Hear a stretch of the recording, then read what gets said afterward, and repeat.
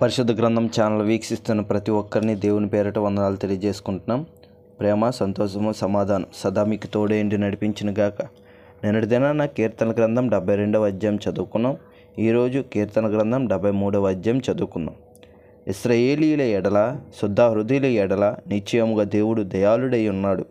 నా పాదములు జారుటకు కొంచెమే తప్పెను, నా అడుగులు జారసిద్ధమాయెను.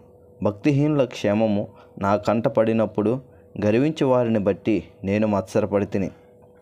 మరణమందు వారికి యాతనలు లేవు, వారు పుష్టిగానున్నారు.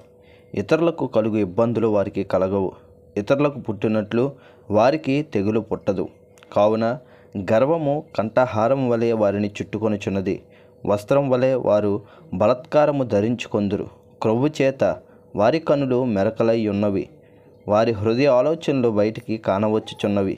ఎగతాళి చేయుచు బలాత్కారము చేత జరుగు కీడును గూర్చి వారు మాట్లాడుదురు, గర్వముగా మాట్లాడుదురు.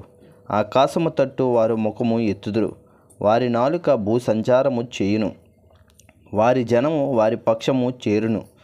వారు జలపానం సమృద్ధిగా చేయుదురు. దేవుడు ఎట్లా తెలుసుకొనును? మహోన్నతికి తెలివి ఉన్నదా అని వారు అనుకొందురు. ఇదిగో, ఇట్టివారు భక్తిహీనులు. వీరు ఎల్లప్పుడూ నిశ్చింత గలవారై ధనాభివృద్ధి చేసుకొందురు. నా హృదయమును నేను శుద్ధి చేసుకొని ఉండుట వ్యర్థమే. నా చేతులు కడుక్కొని నిర్మలుడనై ఉండుట వ్యర్థమే. దినమంతయు నాకు బాధ కలుగుచున్నది. ప్రతి ఉదయమున నాకు శిక్ష వచ్చుచున్నది. ఇలాగ ముచ్చటింతునని నేను అనుకొని ఎడల నేను నీ కుమారుల వంశమును మోసపూచిన వాడనగుదును. అయినను దీనిని తెలుసుకొనవలనని ఆలోచించినప్పుడు వారి అంతమును గూర్చి ధ్యానించే వరకు ఆ సంగతి నాకు ఆయాసకరముగా ఉండెను. నిశ్చయముగా నీవు వారిని కాలుజారు చోటనే ఉంచి ఉన్నావు. వారు నశించినట్లు వారిని పడవేయుచున్నావు.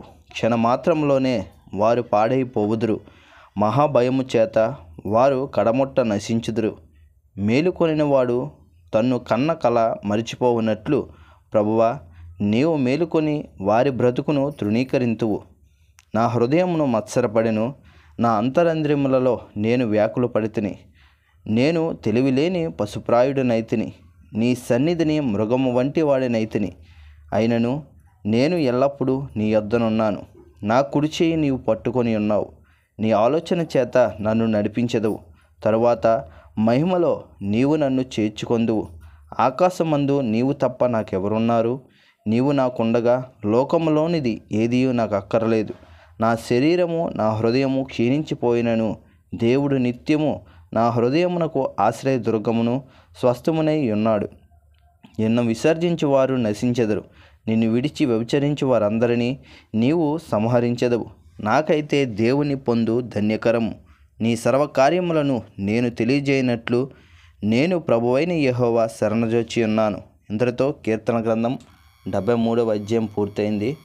రేపటి దినాన కీర్తన గ్రంథం 74వ అధ్యాయం చదువుకుందాం. ప్రేమ, సంతోషము, సమాధానం సదా మీకు తోడేంటి నడిపించును గాక. ఆమేన్.